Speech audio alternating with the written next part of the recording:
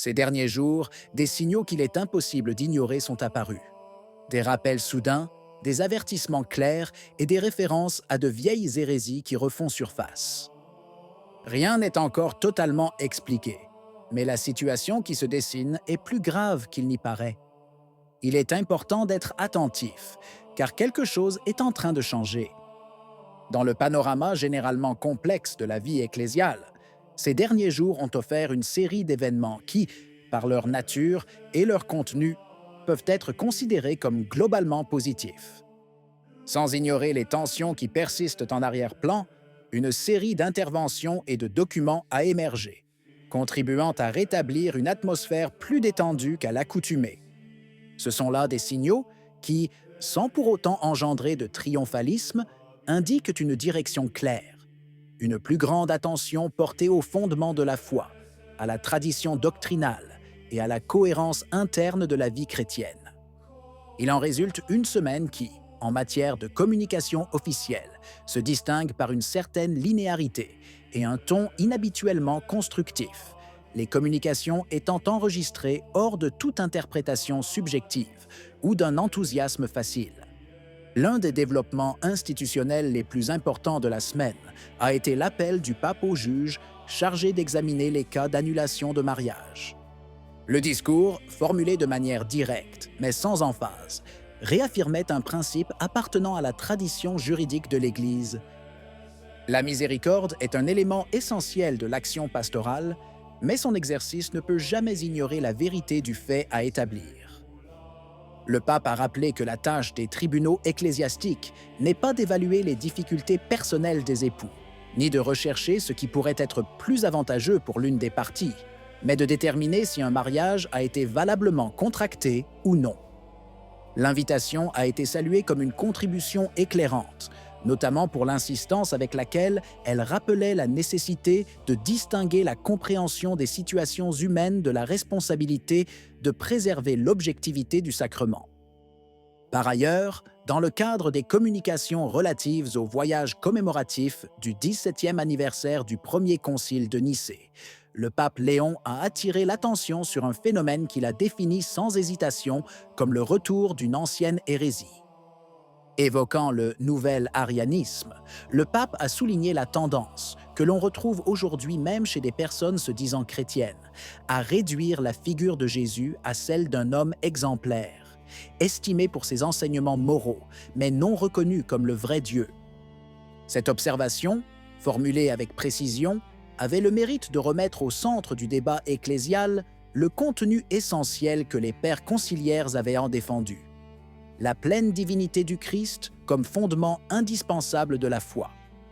L'intervention a été interprétée comme un élément positif, non seulement pour la clarté avec laquelle elle a cerné la nature du problème, mais aussi pour la valeur éducative de son timing, à la veille d'un anniversaire qui rappelle l'unité doctrinale du christianisme primitif.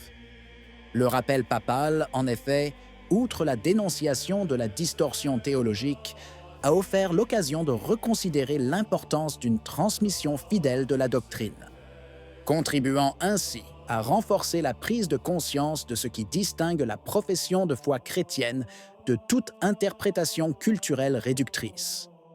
La publication de la lettre apostolique pour le 17e centenaire du Concile de Nicée a confirmé une fois de plus le point déjà rappelé par le pape ces derniers jours: la nécessité de réaffirmer clairement la divinité du Christ dans un contexte culturel qui tend à la minimiser. Le document, publié à l'occasion de l'anniversaire du Concile de Nicée, rappelle le rôle décisif de ce dernier dans l'établissement de la foi de l'Église et réaffirme que l'identité de Jésus ne peut être interprétée selon des catégories exclusivement humaines. Cette référence a été jugée significative, car elle intervient à un moment où plusieurs observateurs font état d'un risque croissant, c'est-à-dire interpréter la figure du Christ à travers des critères psychologiques ou sociologiques, en privilégiant l'aspect humain et moral au détriment du surnaturel. La lettre apostolique, précisément en raison de son caractère officiel, est ainsi interprétée comme une tentative de ramener l'attention sur le noyau originel de la foi nicéenne, offrant une orientation claire dans un panorama où beaucoup perçoivent un affaiblissement de la perception du divin. En ce sens, le document ne se contente pas de rappeler un passage décisif de l'histoire de l'Église, mais souligne également la nécessité actuelle de sauvegarder la vision théologique définie par ce concile. Parmi les éléments qui ont retenu l'attention cette semaine, on note l'appel du pape à une plus grande cohérence entre la foi professée et la vie quotidienne des chrétiens. Cet appel, formulé sans connotation polémique, a été interprété comme une intervention constructive visant à ramener l'attention sur le lien essentiel entre croyance et action. Le pape a souligné que le témoignage chrétien acquiert de la crédibilité lorsque ce qui est proclamé se reflète dans un mode de vie, un principe qui appartient à la tradition la plus constante de l'Église. L'intervention a également été perçue comme positive, car elle inscrit l'exhortation dans un cadre plus large.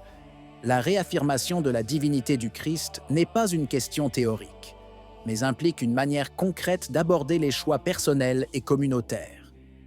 Les observateurs de l'Église ont noté que cette référence à la cohérence avait une valeur équilibrée, offrant des conseils pastoraux sans imposer de solutions particulières, mais en rappelant simplement la nécessité de vivre ce qui est proclamé. Il en résulte un message qui, malgré sa sobriété, contribue à renforcer la continuité entre doctrine et comportement, un élément souvent considéré comme crucial pour la crédibilité de la présence chrétienne dans le monde contemporain.